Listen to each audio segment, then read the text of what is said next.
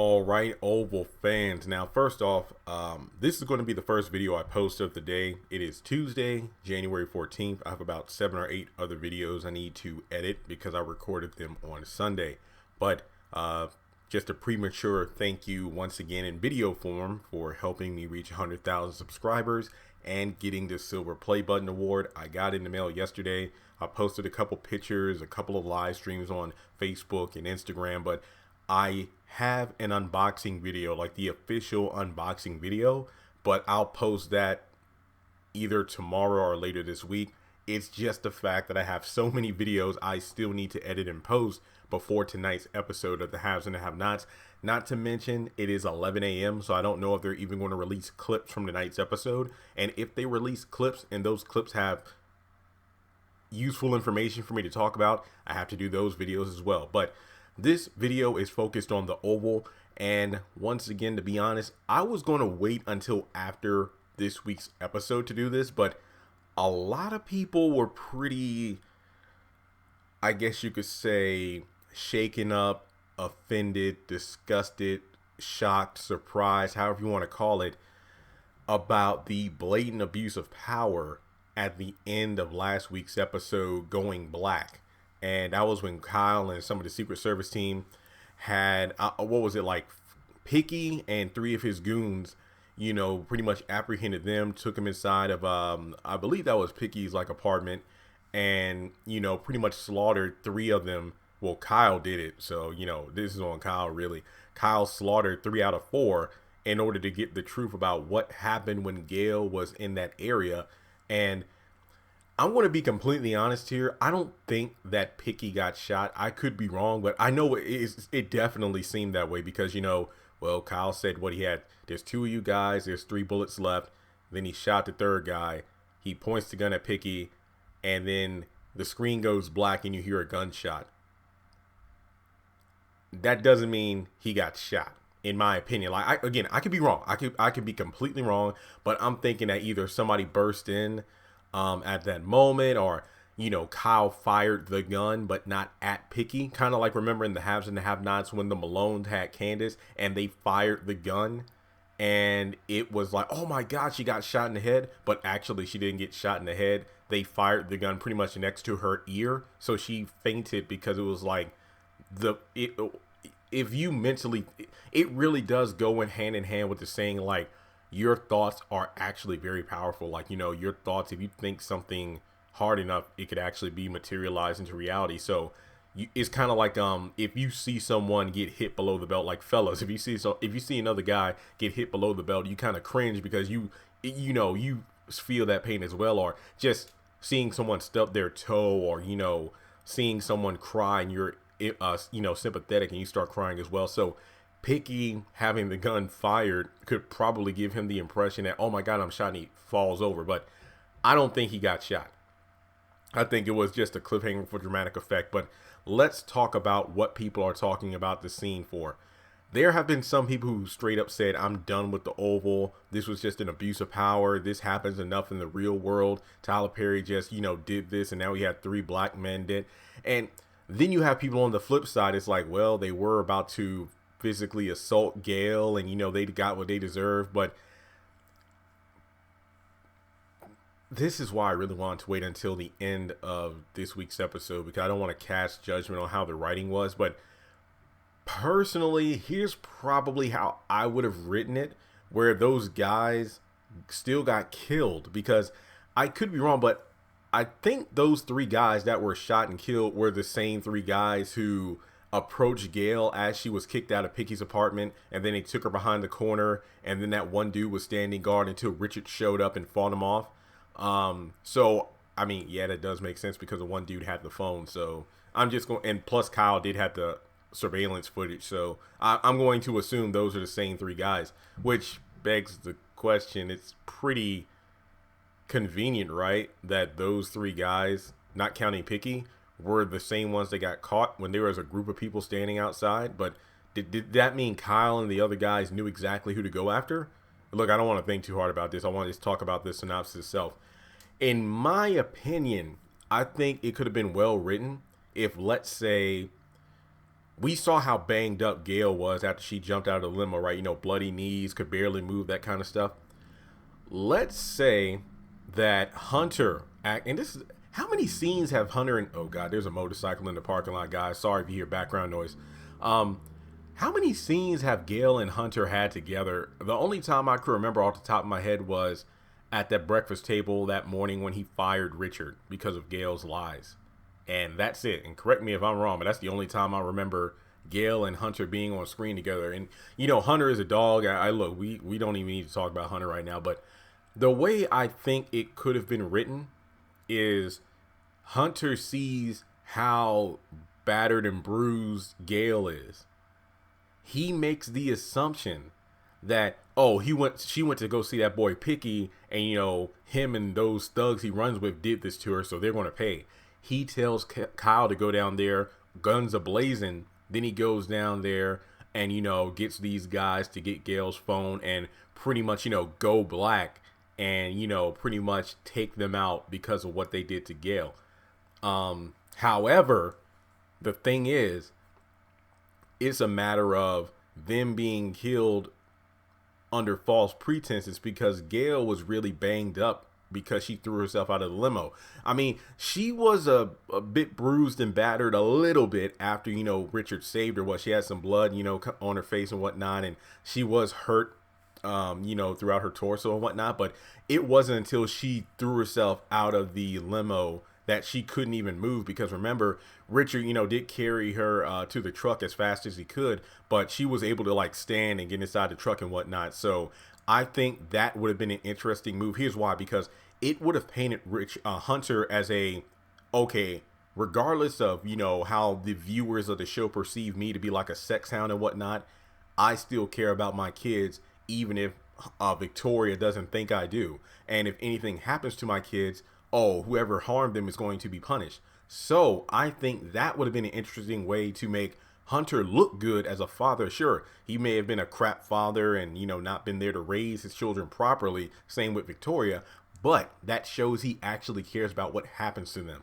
So him sending Kyle down there in order to, you know, make those guys pay is one thing. And we know Kyle is like a loose cannon in himself. So maybe he could have been the one to, you know, go black on purpose, you know, when Hunter's like, you know, keep me posted on everything that happens. And then when Kyle tells the guys to go black, that could have been Kyle going rogue in order to abuse his power. So in a way, you can also say that Kyle would have been using these black guys and killing them as a way to project his anger towards Bobby, who happens to be dark skinned, and maybe the rejection of Donald, you know, because maybe he has like a fetish for black guys. And then he's like, oh, you know what? I'm rejected by the guy I want to be with. So I'm just going to project my anger on these black men who disgust me.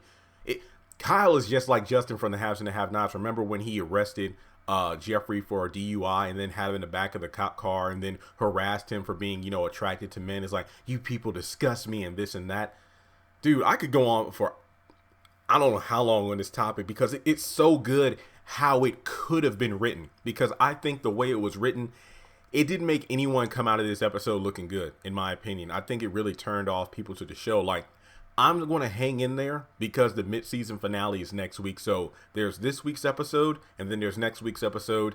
And I'll have to decide during the break, however long it is, whether or not I'm still going to watch. I mean, maybe they'll give us a trailer of coming up next on the old one, then they'll show us a bunch of scenes from upcoming episodes.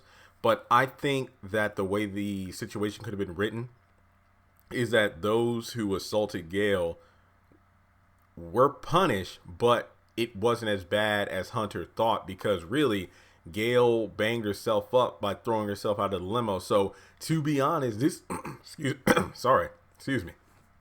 To be honest, this could have been a great way to once again show Gail the consequences of her actions, because she made false allegations towards Barry, which caused Barry some trouble, not to mention Richard losing his job. So after having a heart-to-heart with Richard, and again, there's no guarantee Gail's going to change, but we did see some hope and potential in Gail growing as a character after that talk with Richard. So her choosing to jump out of the limo, her choosing to jump out of her limo And then unfortunately, her father, seeing her in a banged up state like that, would cause him to assume the worst.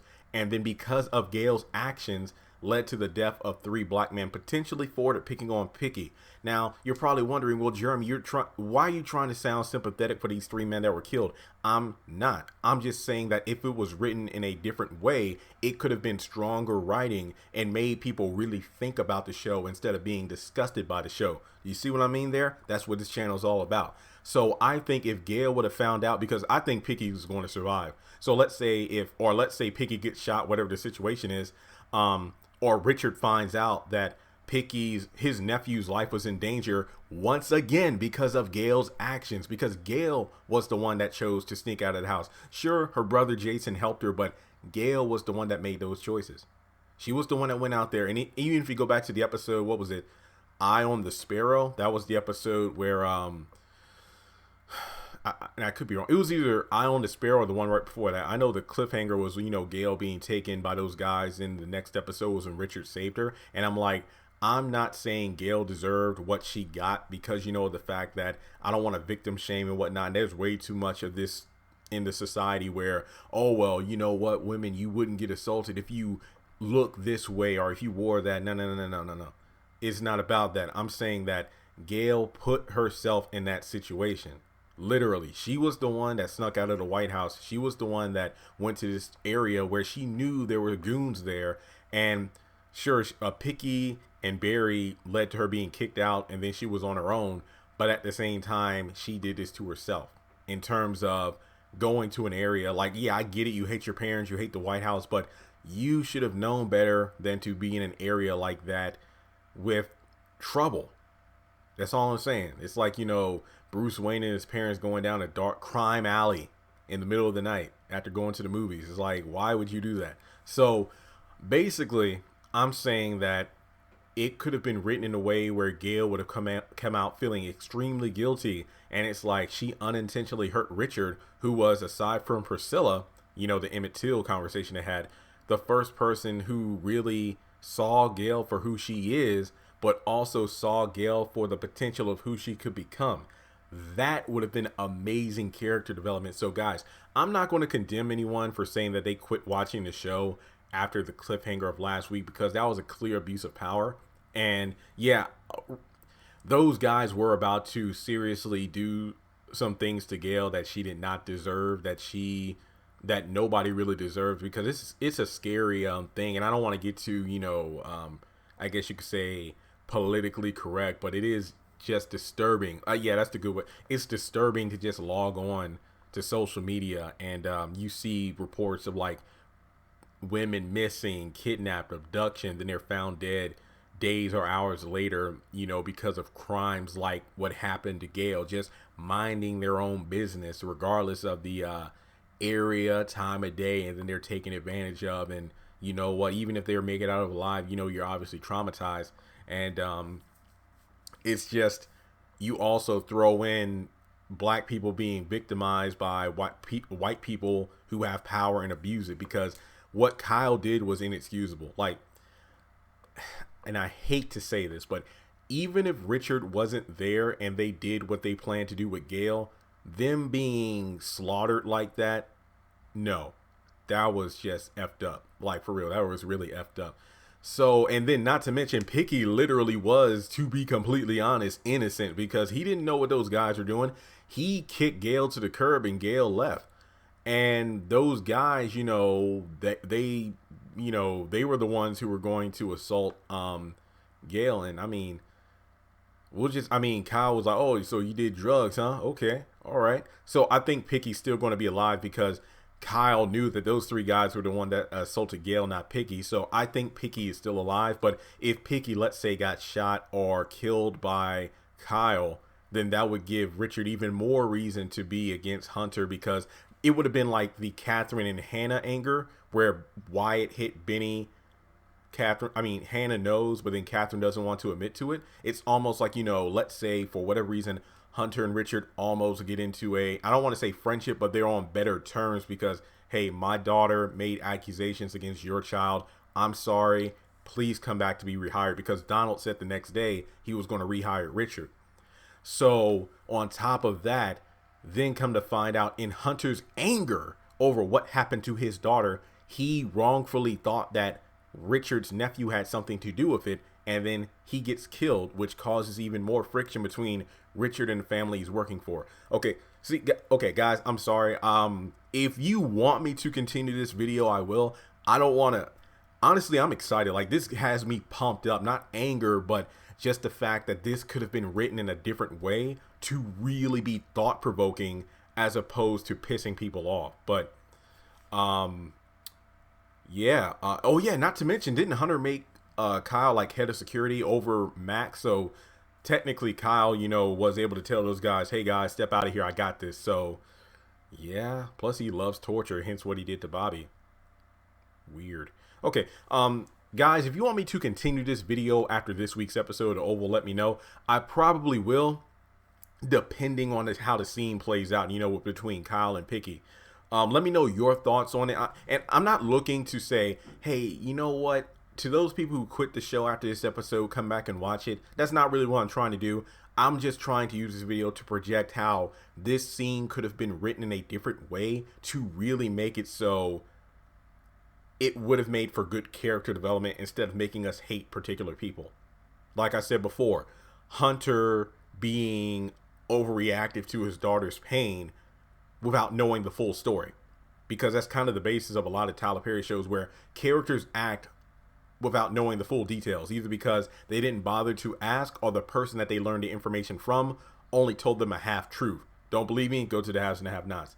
But, you know, Hunter seeing his daughter in that condition, assuming the worst automatically without knowing Gail did this to herself, kind of like, you know, how he jumped the gun on firing Richard without realizing that, okay, my daughter does lie. So you see what I mean there? But yeah, I don't want to keep talking in circles. I've held you long enough, but I want to get this video up immediately. This will be the first video I post today. I need to take time to edit the 7 other videos. The unboxing video for the silver play button, I still will get that up within the next couple of days. But like I said before, the fact that the award came right before these shows come on, you can kind of see why I need to prioritize things in a different order. But just thank you all enough. I put it back in the box because, you know, I still haven't decided what to do with it, you know, to hang it up or anything. But I will cherish it as much, even more than my college degrees, because unlike those degrees, this award didn't put me in debt. Rim shot. But you know the drill, guys. If you are new to the channel, please hit that subscribe button, hit the bell notification icon so you don't miss out on videos. Also check me out on social media, links to Twitter, Instagram, my Facebook page, my numerous Facebook group for all the different shows. I have groups for pretty much all the shows I review: Greenleaf, Ambition, Sisters, Oval, Haven't Have Nots, If Loving You Was Wrong. And if you have any ideas for videos, you can, the best way is to either tweet me or DM me on Instagram. Links to everything in the description. If you want to donate anything to the channel, not mandatory, but you know, hey, full-time YouTuber, every little bit helps to keep the lights on. There's a link to my PayPal below if you want to send some money my way. You don't have to. You watching this video, commenting, all that helps with the algorithm, YouTube revenue, which helps me pay bills. So once again, thanks so much. And videos like this do make me want to watch the Oval more. But if the writing is to the point of black people being slaughtered relentlessly like that, I don't think I want to see it. But we'll have to wait and see how I feel after the hiatus. So thanks so much, guys, and I'll talk to you all later.